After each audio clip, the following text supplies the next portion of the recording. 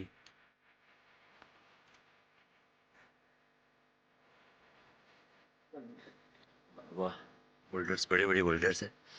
ब्लास्टिंग्स की वजह से इसको हटाना मुश्किल होंगे। शायद पाकिस्तान से ऐसा रोड पे ये